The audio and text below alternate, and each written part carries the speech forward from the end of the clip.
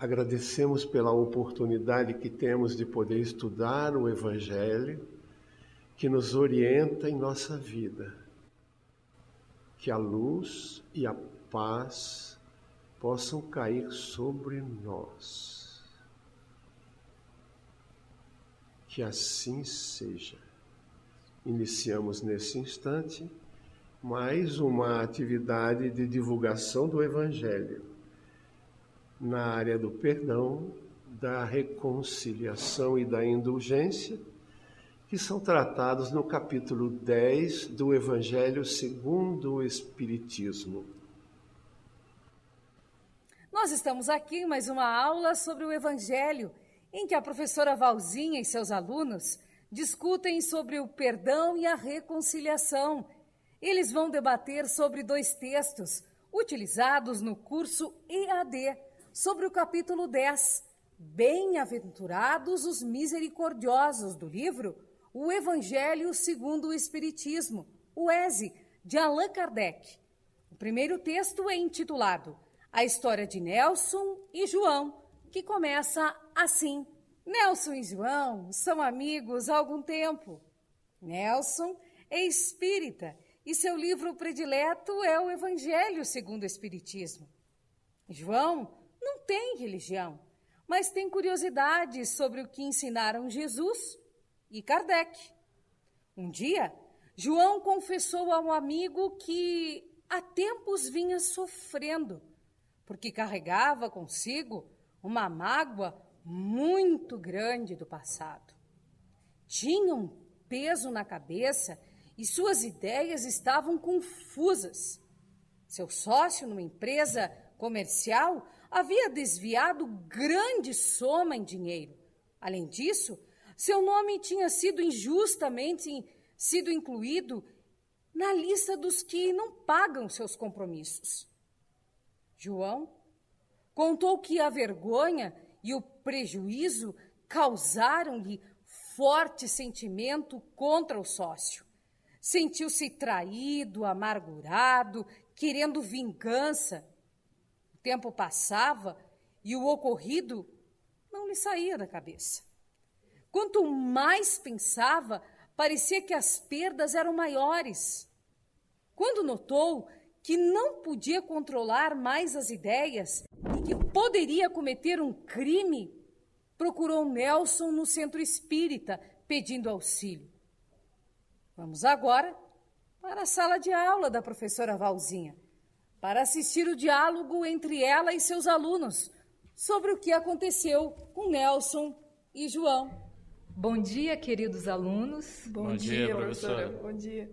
Bom dia aos presentes no auditório Bezerra de Menezes, da Comunhão Espírita de Brasília.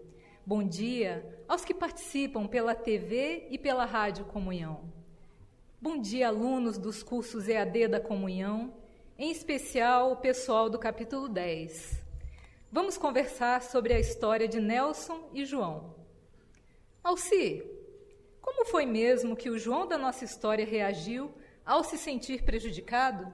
Professora, ele ficou amargurado e pensou em praticar vingança. Passou a alimentar ideias e sentimentos negativos, recordando o acontecido com energia cada vez maior. O tempo passava e o ocorrido não lhe saía da cabeça.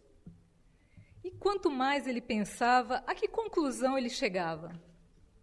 Quanto mais João pensava, parecia que suas perdas eram maiores.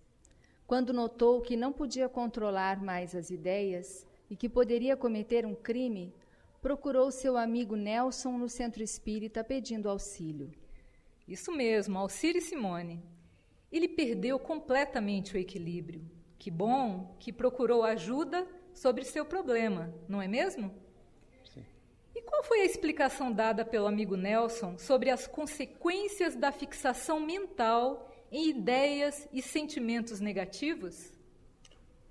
Nelson explicou que ao fixar-se tanto em pensamentos e sentimentos negativos, João estava alimentando o problema, ao invés de buscar uma solução.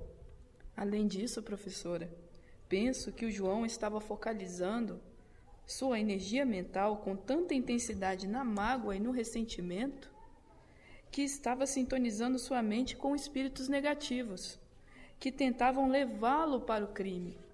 Ótimo, Francis e Tassiane. Ao alimentar desejos de vingança, João se afastou do caminho recomendado por Jesus. Que caminho é esse? Nelson comentou que compreendia o prejuízo do amigo, mas enfatizou que ele estava se afastando do caminho recomendado por Jesus, que é perdoar. Perdoar sempre. Isso mesmo, Alcir. Perdoar 70 vezes 7 vezes significa isso. Perdoar sempre. E qual a reação de João quando recebeu a recomendação de perdoar? João disse que achava muito difícil essa coisa de perdoar, porque não conseguia esquecer tudo, assim, de repente, como se nada houvesse acontecido. Seu raciocínio foi certo, Simone. E como reagiu Nelson quando João disse que não conseguia perdoar porque não conseguia esquecer? Nelson explicou que o perdão não é um evento instantâneo, e sim um processo que pode durar muito tempo. Esquecer o que aconteceu é a fase final do processo de perdoar. Muito bem, Simone. Pessoal, e qual seria o primeiro passo a caminho do perdão?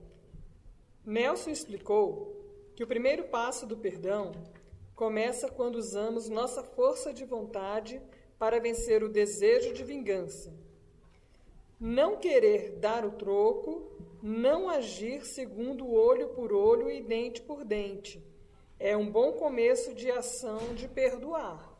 Isso mesmo, Francis. Quando fazemos isso, interrompemos o fluxo de energias negativas dentro de nós, aquelas que fazem mal à nossa mente e corpo. Mas e se não cortamos esse fluxo de energias pesadas? O que acontece? Nelson esclareceu, professora, que se não paramos esse fluxo, as ideias negativas acabam tomando conta da gente. Passamos a não raciocinar com clareza e não conseguimos nos controlar. Olha que grave, professora. Daí a praticarmos uma ação pior do que aquela que sofremos é um passo. O crime nos acordará desse pesadelo, mas aí é tarde. Estaremos a sofrer e a nos arrepender por muito tempo. Excelente, Tassiane. Vocês acham que a resposta de João indica que ele compreendeu a explicação de Nelson? Com certeza, professora. João disse que de forma nenhuma não queria passar pelo agravamento da situação indicada pelo Nelson. Muito bem, Alcir. E qual foi o segundo passo do perdão mencionado por Nelson?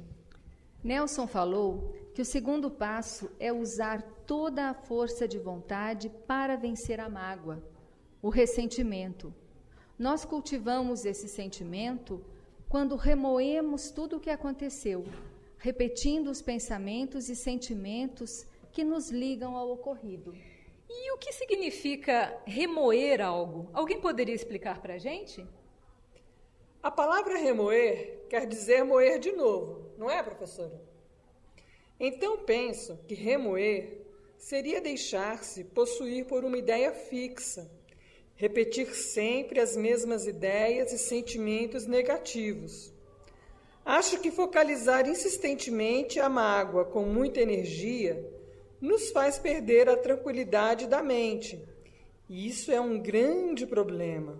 Muito bem, Francis. Excelente explicação. E João discordou das explicações de Nelson sobre o segundo passo, aquele que nos manda parar de remoer a mágoa? Ao contrário, professora. João disse que era isso mesmo que acontecia com ele. Acrescentou que era difícil parar de pensar. Em seguida perguntou, sem saber o que fazer: como conseguir forças para vencer a energia negativa que está me dominando? E qual foi a resposta de Nelson? Nelson respondeu, parecendo iluminado por uma força interior inexplicável.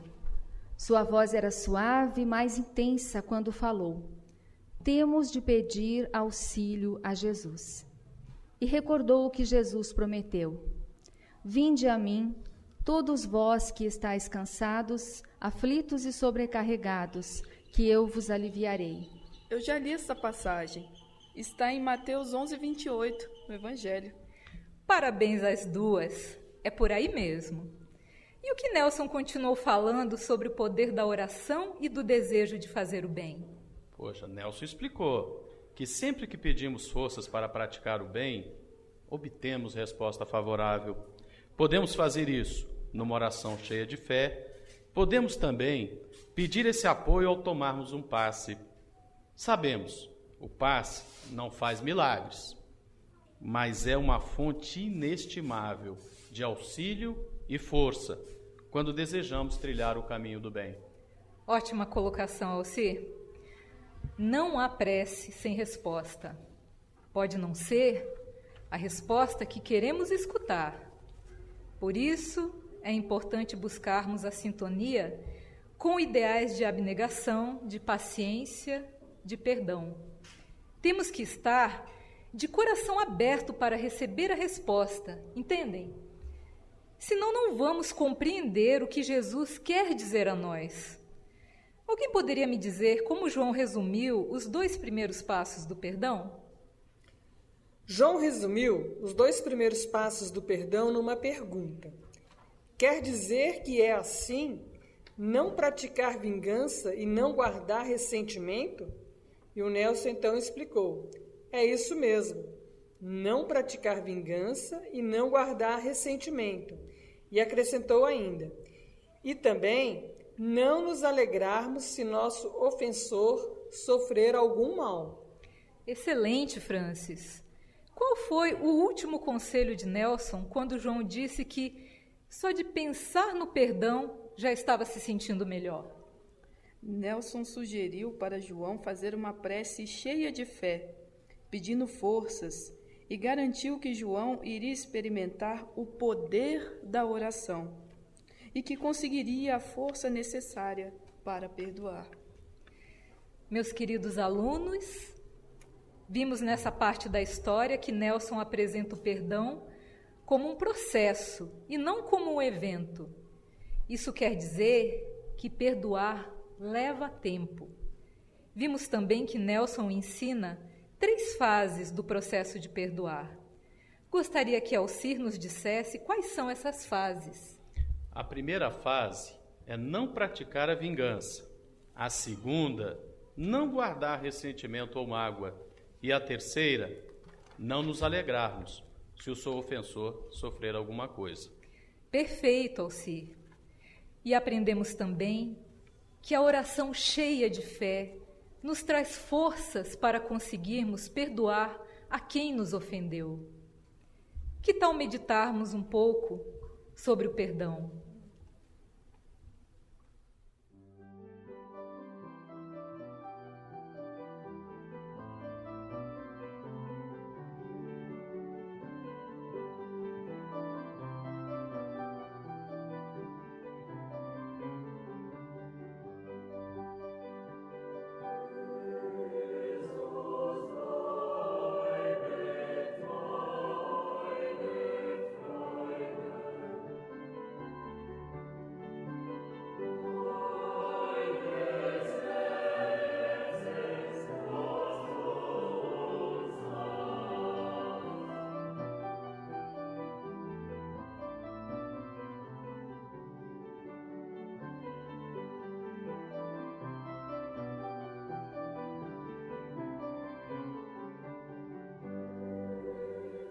A lição sobre o perdão ficou profundamente marcada na mente de João.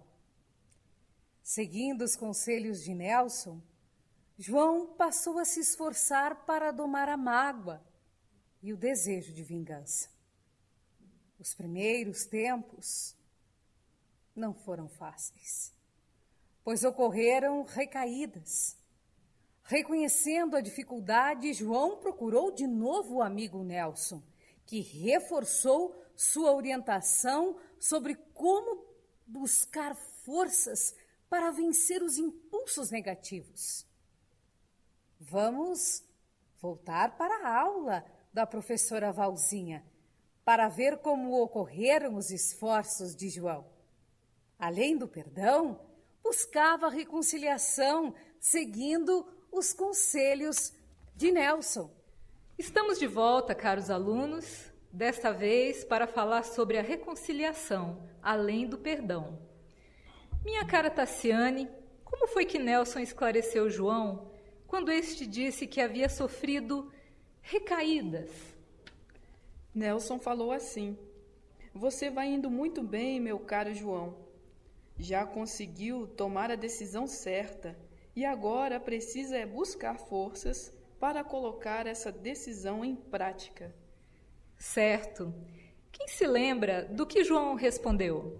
João chegou à conclusão que decidir é fácil, mas perdoar, ali, na prática, é bem mais difícil. O difícil mesmo é persistir na decisão.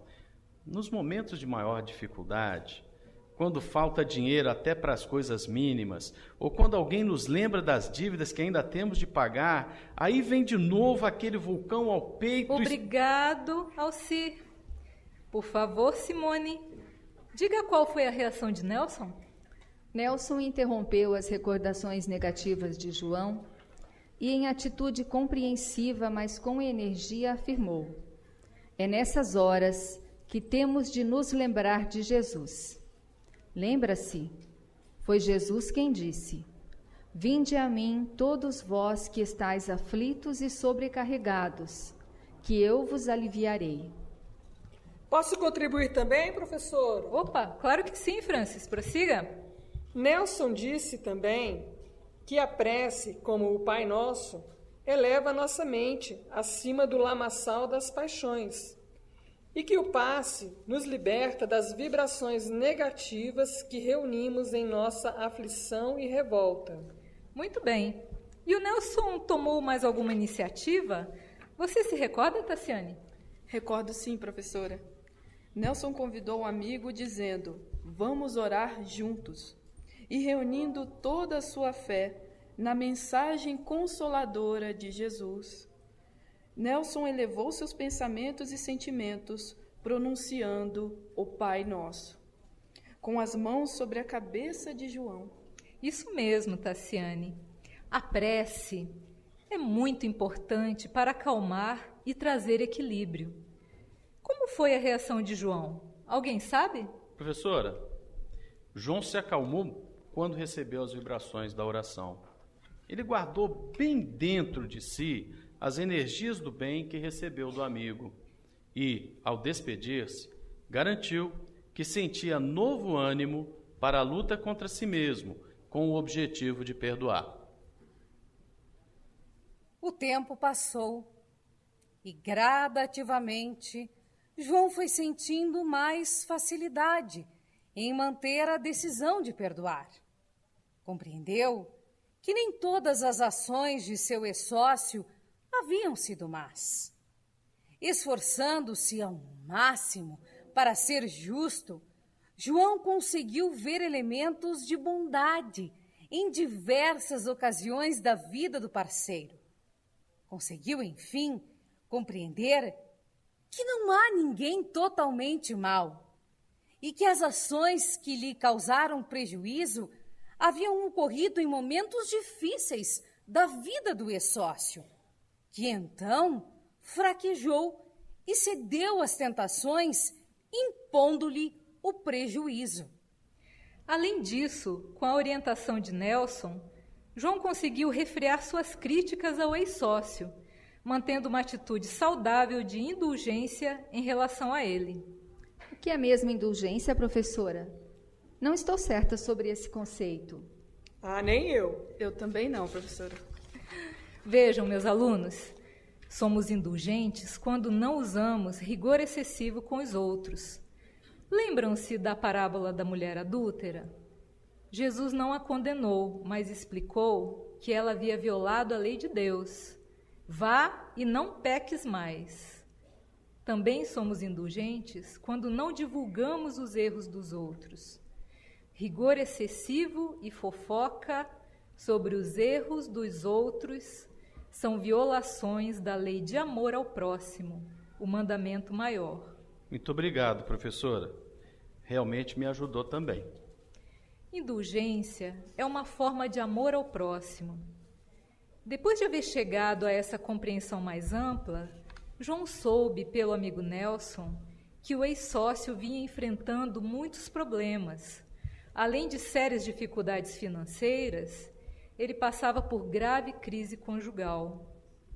Simone, por favor, nos diga qual foi a reação de João ao saber dos problemas do ex-sócio.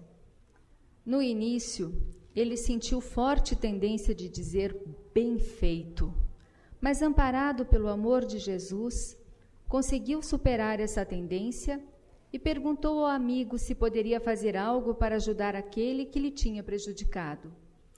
Muito bem, Simone. O Nelson ficou felicíssimo com a pergunta e explicou que entendia por que o ex-sócio passava por algum tipo de sofrimento. Isso acontece quando violamos a lei divina e ainda não fizemos nada para reparar. Nelson, então, confirmou que havia duas coisas que o João podia fazer para ajudar o ex-sócio. Quem me diz quais são? A primeira é orar, pedindo a Deus que o abençoe e ampare. Fazer isso todos os dias, sem contar a ninguém. E a segunda? Depois de orar por ele durante certo tempo, poderá tentar se reconciliar. Nelson explicou que o ex-sócio carregava em si o remorso de haver desviado o dinheiro. Assim, se você procurá-lo dizendo que o perdoou, se disser que deseja ajudar, estará fazendo um grande bem a esse sofredor. João aceitou a recomendação de Nelson? Quem explica? João manifestou dúvida, perguntando: e se ele recusar a me ver? É isso. E você pode dizer o que aconteceu depois?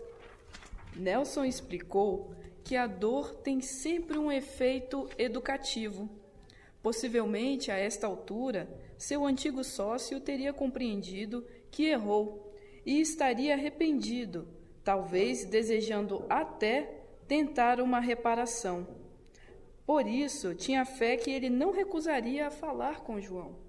E com isso, o João se convenceu? João disse que compreendia e concordava com Nelson, mas não tinha certeza de estar preparado para o encontro. É verdade, Tassiane. Alci, diga se Nelson compreendeu a hesitação do companheiro. Nelson compreendeu a hesitação, pois nesses momentos temos que vencer um sentimento muito forte, que é o nosso orgulho, e recomendou que para obter forças temos, mais uma vez, que buscar o apoio de Jesus. O Nelson recomendou mais alguma coisa? Recomendou. Disse para João prosseguir em suas preces e confiar em Deus para conseguir auxílio. E perguntou ainda, porque Jesus afirmou com tanta ênfase: reconciliai-vos o mais depressa possível com vosso adversário, enquanto estáis a caminho com ele. Isso está em Mateus, no capítulo 5, no versículo 25. Muito bem, Alci. Mais uma vez, João seguiu o conselho do amigo que tanto o havia ajudado, prosseguindo em suas preces pelo antigo sócio. O tempo passou e João às vezes se lembrava da recomendação do Cristo, afirmando para si próprio: tenho que procurar meu sócio. Um dia, João foi chamado com urgência ao telefone por Nelson, que informou sobre o falecimento do ex-sócio em um grave acidente de automóvel. A notícia deixou João muito abalado. Nelson fez o que pôde para acalmar o amigo e disse: nesta hora, é ainda mais importante que você prossiga orando por ele. Meus alunos, aqui termina a nossa história sobre a reconciliação de João, que nos trouxe uma lição importante, não é verdade? Quem gostaria de nos dar um resumo dessa lição? Professora, acho que a principal lição é que se tivermos um conflito com alguém, devemos perdoar e nos reconciliar o quanto antes. Será que está certo? Certíssimo, Simone. E por que teria Jesus salientado essa urgência? Quem vai responder? Não tenho certeza, professora. Francis? Também não estou segura, professora. Será que é para sentir a consciência menos pesada? A principal razão é para resolvermos os conflitos enquanto estamos encarnados, tanto nós como nosso oponente. Como no plano espiritual os espíritos atuam sem as peias da matéria, podem nos perseguir com muito mais facilidade. Compreenderam? Se nos reconciliarmos o quanto antes, evitamos esse risco. Peço a todos para meditarem sobre esse assunto.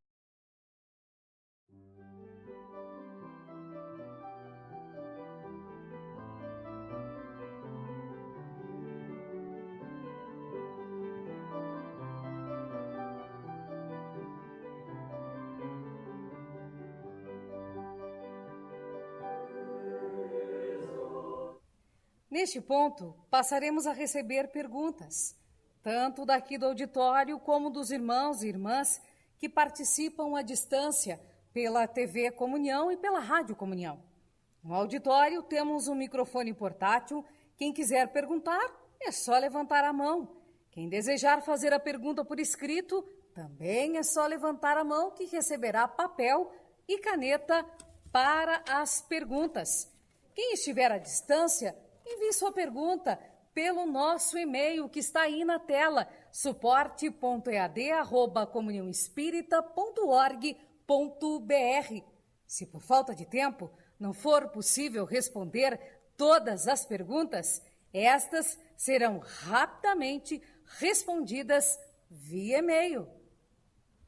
Vou fazer a primeira pergunta aqui e depois vou abrir para o auditório. Primeira pergunta. Faz 5 anos que passei por um problema quase igual ao do João. Traição sentimental, que não consigo esquecer nem perdoar. Gastrite forte, vontade de vingança. Será que há remédio para mim?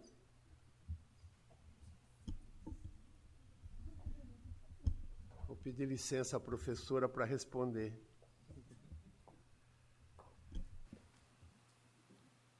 Vimos na apresentação da história do Nelson e do João que havia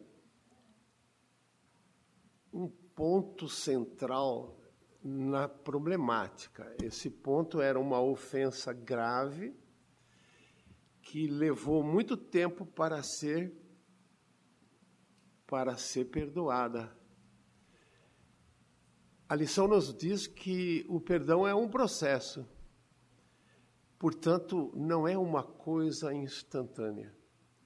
E foi necessário, várias vezes, ao orientador espiritual do João, o nosso irmão Nelson, repetir: é preciso pedir auxílio a Jesus. Por quê? Porque nessa questão das ofensas, nós nos sentimos muito... O nosso orgulho fica muito atacado, nós sentimos muito essa questão de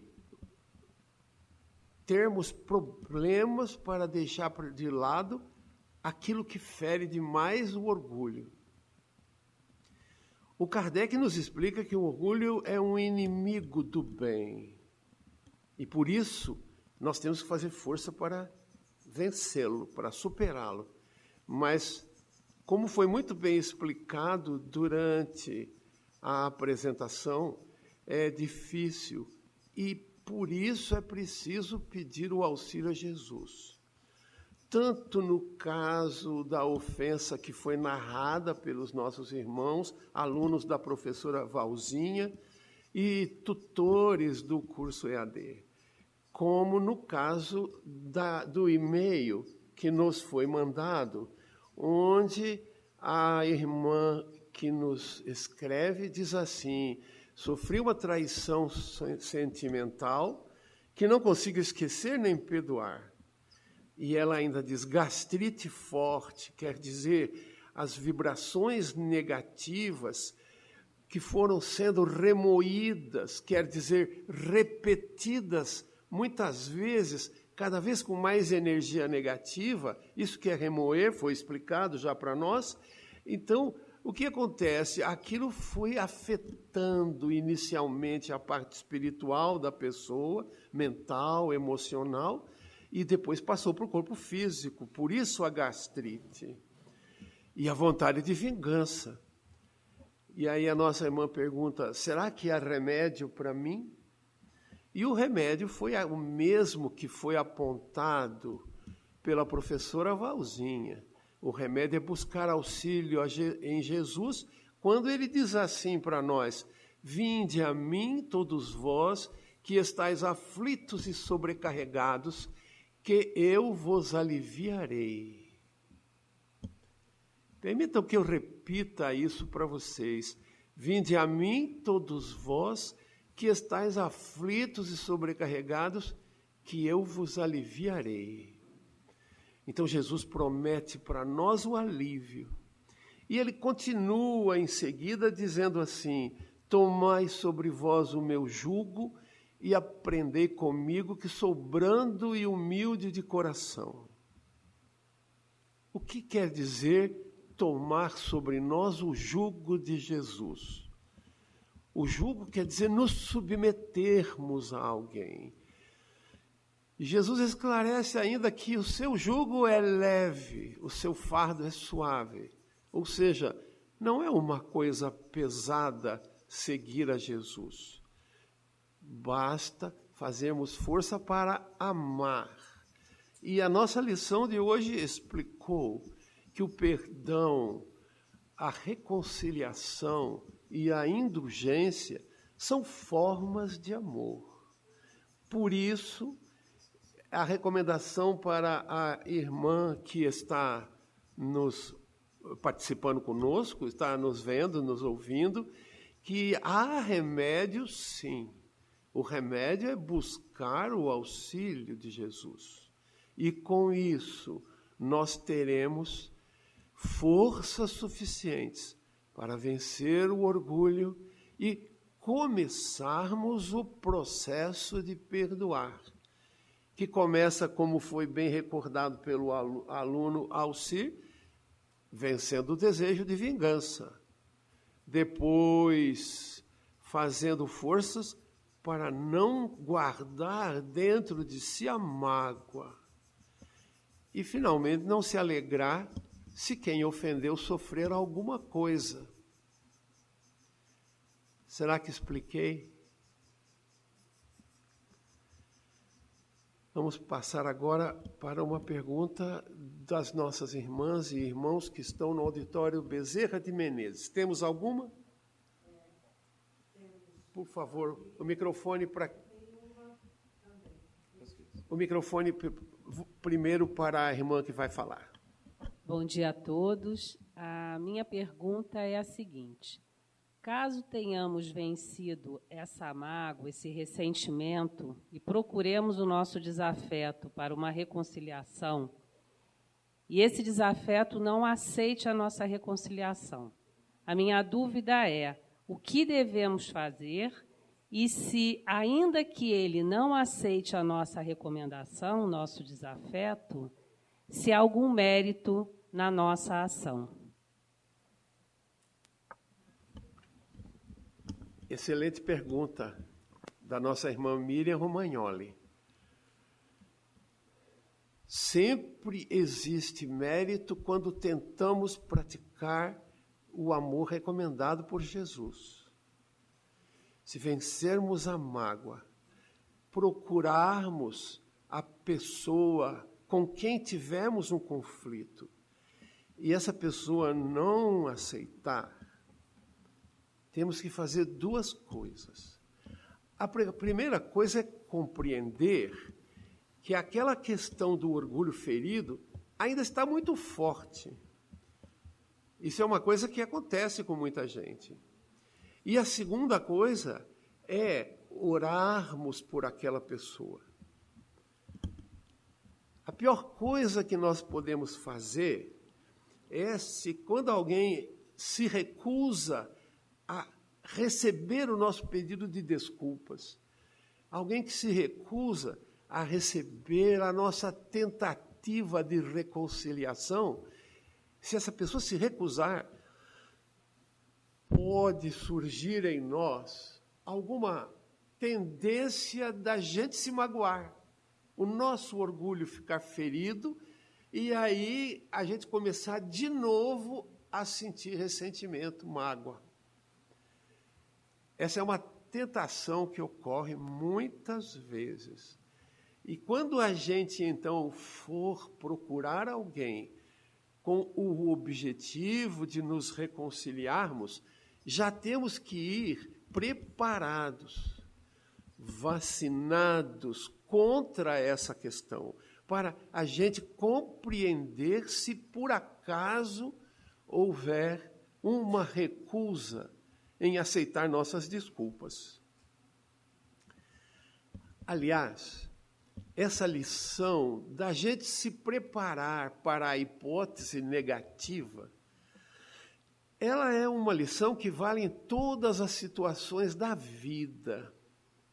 Muitas vezes nós queremos tomar uma iniciativa que julgamos muito boa e, levados pelo nosso entusiasmo, nós não pensamos da hipótese daquela iniciativa não dar certo.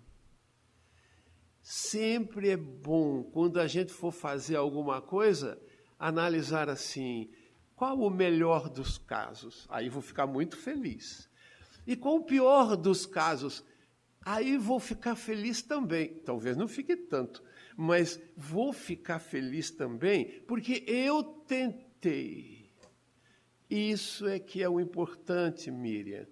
Eu tentei, eu perdoei, eu venci a mágoa, eu não tomei vingança, eu não falei bem feito quando meu opositor sofreu alguma coisa. E aí tentei. Ele ainda não está no ponto. Moral da história, vou continuar orando por ele, em segredo, como nos recordou a nossa aluna e tutora Tassiane.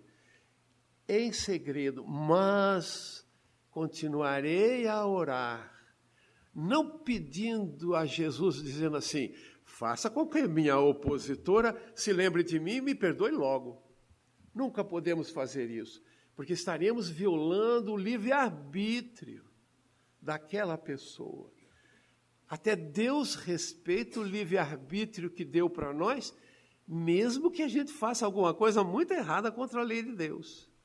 Então, temos que respeitar o livre-arbítrio dos nossos irmãos, das nossas irmãs, preparados para receber um não e continuar a orar com o coração em paz. Tá bom, Miriam? Vamos pedir, por favor, ao Felipe para ler uma das mensagens que surgiu pela internet.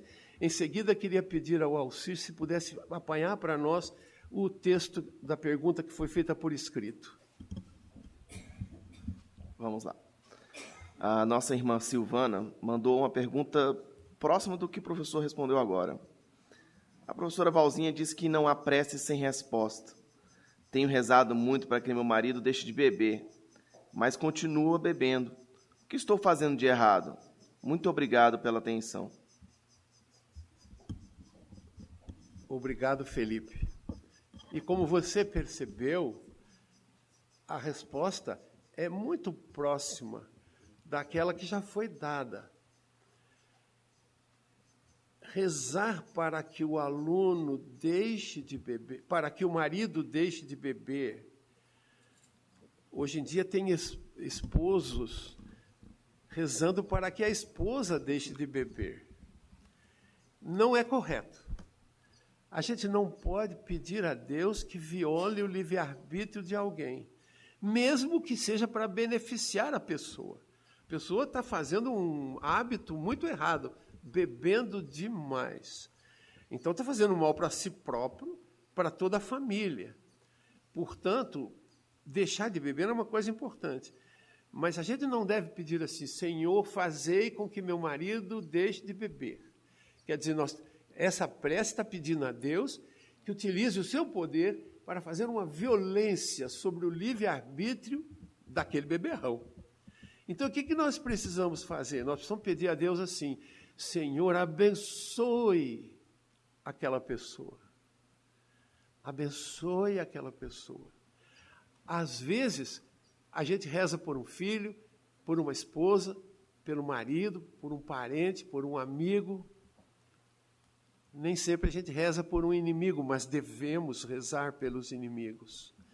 Mas em todos os casos, nós precisamos pedir a Deus que abençoe aquela pessoa, que ilumine aquela pessoa, que se por acaso a pessoa estiver fazendo alguma coisa errada, que essa pessoa enxergue e que essa pessoa decida, vou parar de beber.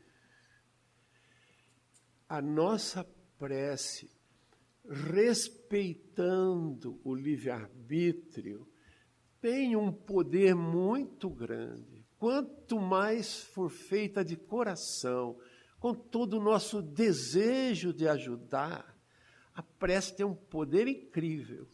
Vai até lá no alto, é respondida pelos espíritos sublimes que cuidam da misericórdia divina e cai na forma de bênçãos sobre a pessoa ou as pessoas em favor de quem nós oramos. Mas é muito importante a gente lembrar, vou respeitar o livre-arbítrio, Senhor. Às vezes a gente pode até confessar para Jesus, para Deus não é muito bom, eu acho, mas para Jesus a gente pode. Ou então para o nosso mentor espiritual, que tem assim, grande proximidade, a gente pode dizer assim, olha, meu mentor, o que eu queria mesmo era dar um puxão de orelha. Mas como isso viola o amor ao próximo, então eu estarei só pedindo para você, e estou pedindo para você abençoar.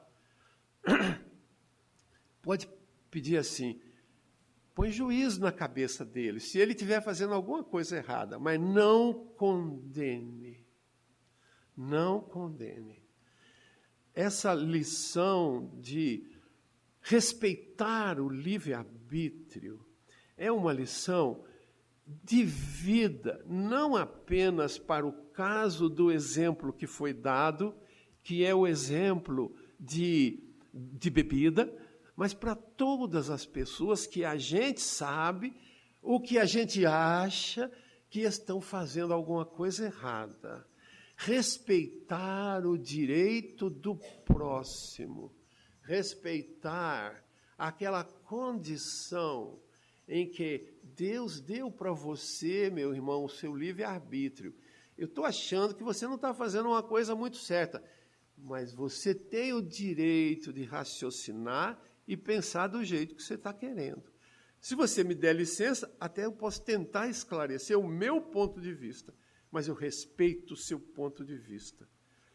Este tipo de discussão equilibrada, em que nós colocamos calmamente, equilibradamente o nosso ponto de vista e, ao mesmo tempo, a gente respeita o ponto de vista do outro, embora às vezes até contrariando aquele ponto de vista com os nossos argumentos, mas respeitando aquela posição, sempre tem o sucesso da outra pessoa se sentir respeitada e passar a nos respeitar. Então, às vezes, a gente pode sofrer, numa discussão, a gente pode sofrer uma primeira agressão verbal. Se a gente conseguir, outra vez o problema do orgulho ferido, se a gente conseguir segurar a tendência de devolver a agressão verbal, quer dizer, não tomar vingança, a primeira coisa que acontece é a gente colocar um balde de água fria na agressividade. E aí começarmos com a emoção serenada e a mente trabalhando a mil para argumentar, poderemos convencer o nosso opositor de que nós temos razão, sem ter que torcer a orelha dele. Temos uma pergunta do auditório Bezerra Menezes, colocada por escrito.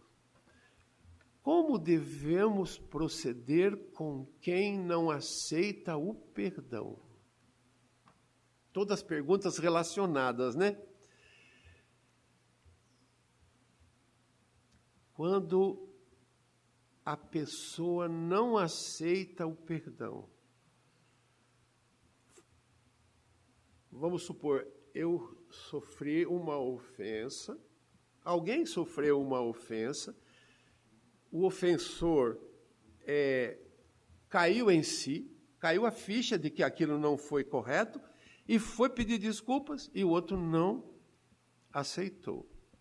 Então, mais ou menos aquilo que já foi discutido algumas vezes aqui. Primeira coisa, não se irritar. Não devolver a agressividade, porque quem não aceita perdão, não aceitar perdão é uma forma de agressividade. Então, se a pessoa não aceita o perdão, quem pediu o perdão tem que ir preparado. Preparado para receber um não. Às vezes, como eu falei, a gente está tão entusiasmado, porque já foi preciso uma força danada para pedir perdão. E aí a gente ainda vai, e a gente vai preparado para um abraço, não preparado para um não aceito. Então a gente tem que ir preparado para o não, e manter a calma e dizer, tudo bem. No futuro conversaremos. Não é que o Felipe não me perdoou aqui, que o coração dele não tem tamanho. Mas, na verdade, a gente diz assim, tudo bem, no futuro nós voltaremos a falar. Porque quem faz essa afirmativa está com fé na força da oração, na força do amor que há em todos os corações. Aquele que não aceitou, por que aquela pessoa não aceitou o perdão? Porque o orgulho falou mais alto que o amor que está dentro dele. Porque todos nós temos amor dentro do nosso coração. Foi colocado por Deus. Imanência divina. O Pai Celestial se manifesta em cada um de nós. E o Pai Celestial é só amor. Então, mesmo que a gente não quisesse, o que, claro, é um absurdo, a gente não pode dizer assim, não tenho amor dentro de mim. Portanto, nós precisamos ter forças e paciência para aguardar que o amor faça o seu trabalho. E aquela pessoa que um dia recusou o nosso perdão, aí caia a ficha para essa pessoa. Temos que estar sempre preparados para não recusar se essa pessoa nos procurar e pedir perdão. Nós temos mais alguns minutinhos. Temos uma pessoa no auditório? Por favor. Bom dia a todos. A professora Valzinha expôs e debateu com muita propriedade sobre o caminho que nos leva ao perdão. E me surgiu uma pergunta. Uma pessoa que foi, digamos assim, ferida por muitos e muitos anos, e hoje ela já conseguiu, ela não deseja vingança, deseja o mal do seu ofensor, ora por ele. No entanto, as mágoas ainda continuam latentes. Eu pergunto o seguinte, o que fazer para vencer mais essa etapa em direção ao perdão? Muito boa pergunta, Irene. Marcas do que se foi, né? Marcas latentes de uma ofensa passada. Nós Estamos em processo de aperfeiçoamento, em processo de evolução. Portanto, não somos perfeitos ainda. É por isso que ficam essas mágoas. Existe uma célebre história na doutrina espírita da pessoa que dizia assim: eu não perdoo nunca. Aí o outro espírita escandalizado diz: como você não segue a Jesus? Ele disse: eu acho que eu sigo, eu nunca me sinto ofendido. Essa é a situação ideal, a gente nunca se ofender. É sinal que o orgulho já foi completamente vencido. Mas nós ainda estamos em caminho dessa situação ideal. E a lei do progresso vai atuando ao longo do tempo. Sempre estamos melhorando. Por isso, trazemos marcas latentes do passado. Eu ainda me lembro de uma surra que tomei depois que saí da escola elementar. Eu tinha 7 para 8 anos de idade, aquelas brigas de final da aula, te pego no fim da aula, sabe? Eu jogava giz no outro. Aí o outro disse assim: te pego no fim da aula. Eu fiz assim para ele. E aí deu uma confusão danada e eu apanhei. Como você falou, Irene, eu já perdoei. Eu não tenho mais raiva, eu não tenho mais vontade de bater, mas, na verdade, eu ainda me lembro. Quer dizer, alguma marca latente ficou. E eu quero lhes contar, para aproveitar esses últimos instantezinhos, e para contar uma outra historinha dessa mesma época, alguns anos para frente, quando eu comecei a fazer aquilo que era chamado ginásio, que era da 5ª à 8ª, nos termos atuais. E eu estava ali pela 6ª série, 7ª série, quer dizer, segundo, terceiro ano ginasial, e a classe era mista. E havia umas garotas muito bonitas. E as garotas tinham um costume de escrever, na última página do caderno, uns pensamentos. E vocês sabem, a gente ali pelos 13, 14 anos é muito curioso. E eu adorava esses pensamentos, e adorava ler os pensamentos com ou sem autorização de quem tinha escrito o pensamento. Como o caderno ficava em cima da carteira, a coisa mais fácil que tinha era virar na última página e dar uma olhadinha. Tem umas flores, a maior parte das moças desenhavam umas flores, e numa dessas coisas, só me lembro de um desses pensamentos, que estava escrito assim: perdoar é esquecer. E isso me marcou muito, porque quando eu fui estudar, muitos anos depois, aqui na comunhão, que a gente precisa perdoar 70 vezes, 7 vezes, coisa que foi estudada na nossa aula, aí eu fiquei pensando assim: mas como é que eu vou esquecer 70 vezes, 7 vezes? Foi aí que a doutrina espírita me ajudou a compreender que perdoar é um processo. E que, como foi visto na aula da Valzinha, esquecer é a última fase do processo de perdoar. Então, para vocês terem uma ideia, eu não posso afirmar com toda segurança que perdoei aquele caboclo que me deu uns tapas no fim da aula, porque eu ainda me lembro do assunto. Não tenho mais, não quero vingança, não guardo mágoa, mas ainda não passou a última fase, que é esquecer, não me lembro mais daquilo. Então, eu posso dizer para você, Irene, que eu considero, pelas minhas experiências pessoais, além de um estudozinho da doutrina, eu considero muito normal que ainda fiquem marcas latentes. Mas a gente tem que fazer com as marcas latentes. Eu acho que eu posso colocar assim um pedido: faça como eu, dê risada daquilo que a pessoa que fez essa pergunta.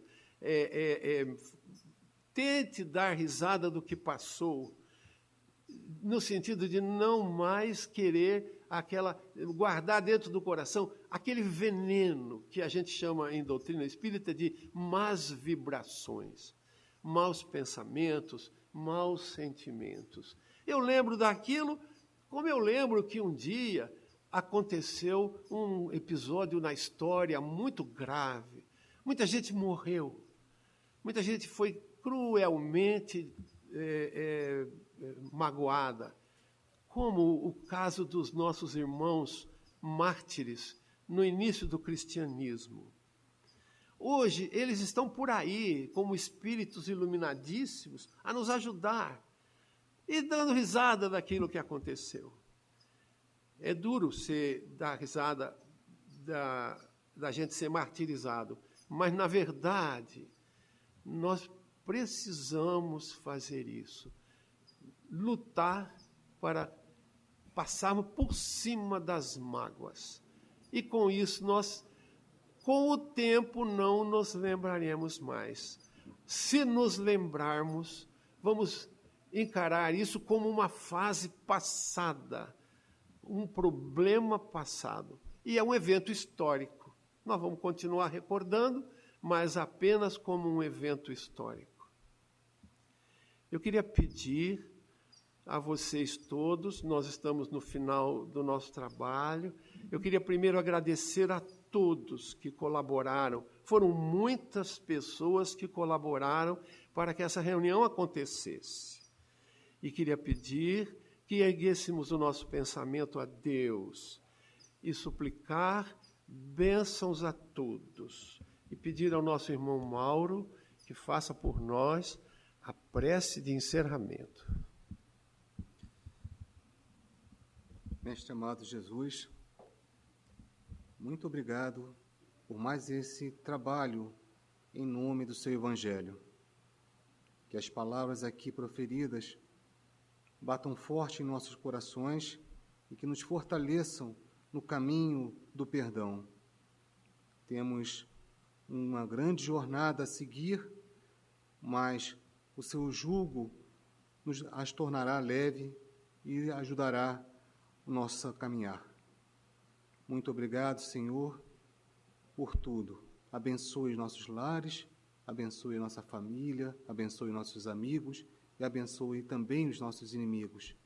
E que Deus continue com esse amor que nós conseguimos nessa manhã, junto conosco, não só nesse dia, mas para sempre. Que assim seja. Que assim seja.